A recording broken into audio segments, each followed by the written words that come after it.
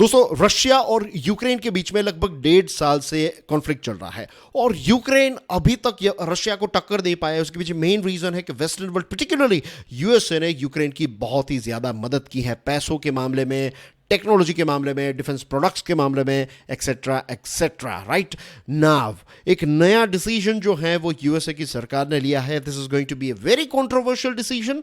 जो cluster bombs होते हैं, ये क्लस्टर बॉम्ब्स यूएसए यूक्रेन को प्रोवाइड करने वाला है और फॉर्मर प्रेसिडेंट डोनाल्ड ट्रंप ने जो बाइडेन सरकार का ये जो डिसीजन है क्लस्टर बॉम्ब्स को लेकर, इसकी भी निंदा की है। तो एक बहुत ही कंट्रोवर्शियल टॉपिक है।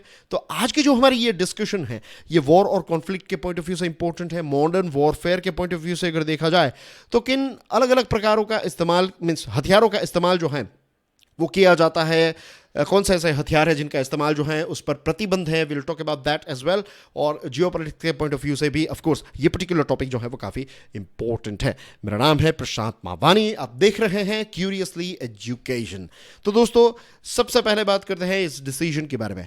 पेंटागन यानी कि डिपार्टमेंट ऑफ डिफेंस, यूएसए की बात है। यूएसए का जो डिपार्टमेंट ऑफ डिफेंस है उसकी जो बिल्डिंग है, जो आप अपनी स्क्रीन पर ये देख सकते हैं ना बिल्डिंग, तो इसको पेंटागन कहते हैं। तो पेंटागन ने ये अनाउंस किया है कि यूएसए यूक्रेन को क्लस्टर बॉम्ब्स प्रोवाइड करने वाला है।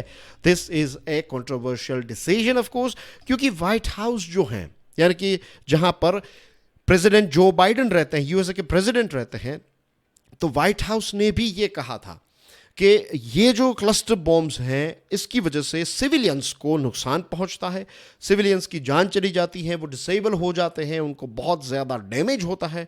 तो ये मेन रीज़न था जिसकी वजह से इस डिसीजन को एक लंबे समय से पोस्टपोन किया गया था। प्रेसिडेंट बाइडेन साहब ने एक इंटरव्यू में ये बताया कि it was a very difficult decision on my part two send the bombs. अब बॉम्ब्स हम भेजने वाले हैं, लेकिन ये एक बहुत ही डिफिकल्ट डिसीजन रहा, क्योंकि ये क्लस्टर बॉम्ब, जैसे मैंने आपको बताया कि ये डैमेज जो है वो छोटे बच्चों को पर्टिकुलरली और सिविलियंस को करते हैं। यूएसए के प्रेसिडेंट ने ये भी कहा कि I discussed this with our allies, I discussed this with our friends up on the Capitol Hill, कि अपने जो मित्र देश हैं उनके साथ भी डिस्कशन की और फिर फाइनली ये डिसीजन लिया गया कि देखिए क्लस्टर बॉम्ब्स बहुत ही डेंजरस हैं, लेकिन क्या करें, हमें यूक्रेन को ये क्लस्टर बॉम्ब्स जो है वो प्रोवाइड करने ही पड़ेंगे। ये एक फाइनल डिसीजन जो है वो यूएसए ने लिया है। जेक सुलिवान जो नेशनल सिक्योरिटी एडवाइजर है यूएसए के, उन्होंने भी ये कहा कि we recognise the cluster munitions create a risk of civilian harm from unexploded ordnance. This is why we have deferred the decision for as long as we could. एक लंबे समय से हम ये डिसीजन नहीं ले पा रहे थे या फिर इस डिसीजन को डिले कर रहे थे, क्योंकि हम जानते हैं कि ये क्लस्टर बॉम्ब्स जो हैं इसका इम्पैक्ट सिविलियंस पर भी होता है। लेकिन यूक्रेन जो है, यूक्रेन एक लंबे समय से ये डिमांड कर रहा है कि प्लीज़ हमें क्लस्टर बॉम्ब्स दे दीजिए। रशिया हमारे खिलाफ क्लस्टर बॉम्ब्स का इस्तेमाल कर रहा है, हमारे पास अब क्लस्टर बॉम्ब्स जो है वो ख़त्म होने को हैं, तो आप हमें ये दीजिए, we want to use it against Russia. तो फाइनली ये डिसीजन जो है वो यूएसए ने लिया है। अब क्लस्टर म्यूनिशंस या फिर क्लस्टर बॉम्ब्स जो हैं वो कैसे काम करते हैं वो हम समझ लेते हैं। आपकी स्क्रीन पर आप देखिए, ये एक बड़ा सा बॉम्ब है और उसके अंदर छोटे छोटे आप बॉल्स देख रहे हैं, राइट। ये छोटे छोटे बॉम्बलेट्स हैं। तो एक बड़े बॉम्ब के अंदर बहुत सारे छोटे छोटे बॉम्ब्स होते हैं। या तो इनको रॉकेट के माध्यम से, ये बड़ा जो बॉम्ब है इसको रॉकेट या फिर मिसाइल या फिर आर्टिलरी शेल के माध्यम से इसको लॉन्च किया जाता है, और मिड फ्लाइट में ये बॉम्ब जो है उसमें से ये छोटे छोटे बॉम्ब्स जो हैं वो डिस्पर्स हो जाते हैं, यानी कि अलग अलग हो जाते हैं, स्प्रेड आउट हो जाते हैं। तो this is how it works. आप देखिए, thanks to BBC for this infographic. ये बीबीसी का इन्फोग्राफिक है जो क्लस्टर बॉम्ब को समझने के लिए बहुत ही इंपॉर्टेंट है। तो इस प्रकार से एक बड़े से बॉम्ब में ये क्लस्टर्स जो हैं, क्लस्टर म्यूनिशंस जो हैं, उनको रखा जाता है। फिर मिड फ्लाइट में ये इसके ऊपर के जो लेयर्स हैं निकल जाते हैं और ये छोटे छोटे बॉम्बलेट्स जो हैं वो ऐसे डिस्पर्स हो जाते हैं, लंबे बड़े एरिया के अंदर ये स्प्रेड आउट हो जाते हैं। और फिर क्या होता है कि जब ये हार्ड ग्राउंड को टच करते हैं तब एक्सप्लोजन, यानी कि बम्स जो हैं, छोटे छोटे बम्स, ये फूटना स्टार्ट कर देते हैं। तो इस प्रकार से इनका इस्तेमाल किया जाता है। अब आप सोच रहे होंगे तो ये तो यूज़ करते हैं, तो फिर सिविलियंस को किस प्रकार से इम्पैक्ट करते हैं। उसमें क्या होता है कि कुछ ऐसे बॉम्ब्स होते हैं, जब वो किसी, लेट्स से कि कोई जगह पर मिट्टी बहुत ही सॉफ्ट है, तो सॉफ्ट ग्राउंड या फिर वेट लैंड पर अगर ये लैंड होते हैं छोटे बॉम्ब्स, तो ये फिर उस समय पर फूटते नहीं हैं। तो इनको कहते हैं डड्स, राइट। डड्स जो होते हैं ये उस समय पर नहीं फूटते, लेकिन ये फिर बाद में अचानक से ब्लास्ट होते हैं, इनमें एक्सप्लोजन होता है। लेट्स से कोई बच्चे हैं तो वो खेल रहे हैं, तो उन्होंने गलती से इसको उठाया और गिरा दिया, तब ये फूट जाएगा। कोई आप मोटरसाइकिल लेकर जा रहे हैं, ट्रैक्टर लेकर जा रहे हैं फार्म में, और वहाँ पर ऐसे ये जो डड्स पड़े हुए हैं तो उस पर प्रेशर आया, तब ये टूटेगा। तो युद्ध खत्म होने के कुछ सालों के बाद भी ये फट सकते हैं। So that's why they are very very dangerous. और इसी चीज़ को ध्यान में रखते हुए एक कन्वेंशन, एक इंटरनेशनल ट्रीटी भी की गई है। It is called convention on cluster munitions. और ये कन्वेंशन और क्लस्टर म्यूनिशंस जो हैं, ये इस प्रकार के वेपन्स का यूज़ करना, इसका स्टॉक पाइल करना, इसकी स्टॉक रखना, ये सारी चीज़ों को बैन करता है या आउटलो करता है कि ये इलीगल है अगर आप क्लस्टर म्यूनिशंस का इस्तेमाल करते हैं तो, क्योंकि इसकी इंपैक्ट डायरेक्टली सिविलियंस पर होती है। 100 से भी ज़्यादा ऐसे देश हैं जिन्होंने इस ट्रीटी पर साइन किया है।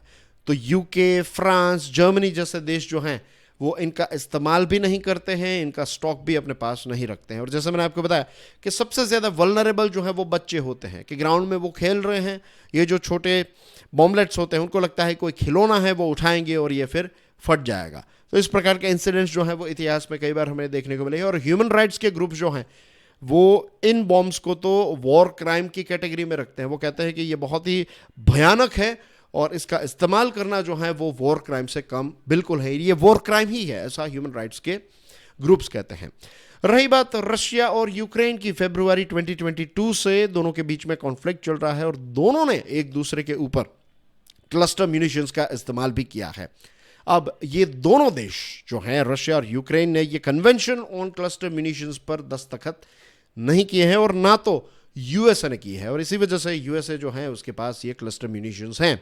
इनफैक्ट यूएसए ने इससे पहले जब रशिया ये क्लस्टर म्यूनिशंस का इस्तेमाल कर रहा था यूक्रेन के ऊपर, तो इट वाज यूएसए जो रशिया का विरोध कर रहा था और क्रिटिसाइज कर रहा था कि इस प्रकार के हथियारों का आपको इस्तेमाल बिल्कुल नहीं करना चाहिए एंड थिंग्स लाइक दैट।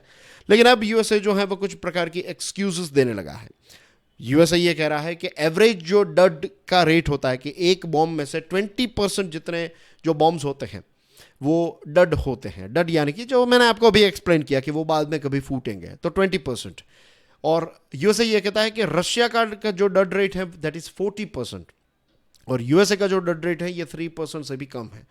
तो दैट्स वाई यूएसए के बॉम्ब्स जो हैं वो बेटर हैं और यूएसए के बॉम्ब्स जो हैं वो यूक्रेन को भेजा जा रहे हैं। तो इस प्रकार के अब पेंटागन का ये एनालिसिस है। अब देखिए, पहले कोई देश यूज़ कर रहा था तो आप उसका विरोध कर रहे थे, आज अगर आप यूज़ करने वाले हैं तो फिर आप उसके कुछ अच्छे पॉइंट्स जो हैं वो एक अलग तरीके से पेश करने की कोशिश कर रहे हैं। So this is how it is going on at present. अब इनका इस्तेमाल क्यों हो रहा है? ये आर्टिलरी शेल्स जो हैं, अब क्या है कि रशिया और यूक्रेन के बीच में जो ये बैटल चल रही है, तो इसमें यूक्रेन के पास आर्टिलरी शेल्स जो है वो बहुत ही कम हो गए। आर्टिलरी शेल्स यानी कि अगर आप ऑब्जर्व करेंगे तो बैकग्राउंड में तोप की एक फ़ोटो है। तोप यानी कि आर्टिलरी, और आज की जो मॉडर्न आर्टिलरी है तो ये थोड़ी अलग रहती है, इसमें व्हील्स होते हैं, you can easily carry it somewhere if you want to and things. तो again I am not going into the details of artillery shells, वो एक अलग डिस्कशन हो जाएगी। लेकिन रशिया के पास बहुत ही बड़ी क्वांटिटी में आर्टिलरी शेल्स हैं और रशिया इसका जमकर इस्तेमाल कर रहा है। यूक्रेन भी इसका जमकर इस्तेमाल कर रहा था, लेकिन वेस्टर्न कंट्रीज़ के पास उतनी सारी आर्टिलरीज या फिर उनकी शेल्स नहीं हैं। तो जिस प्रकार से, जिस हिसाब से यूक्रेन इसका इस्तेमाल कर रहा है, उस स्पीड से नई आर्टिलरी शेल्स को पैदा करके यूक्रेन तक पहुंचाना जो है ये वेस्टर्न वर्ल्ड के बस में नहीं है। फिर दूसरी चीज़, ये जो बैटल चल रही है ये एक स्टैटिक बैटल फ्रंट हो चुका है।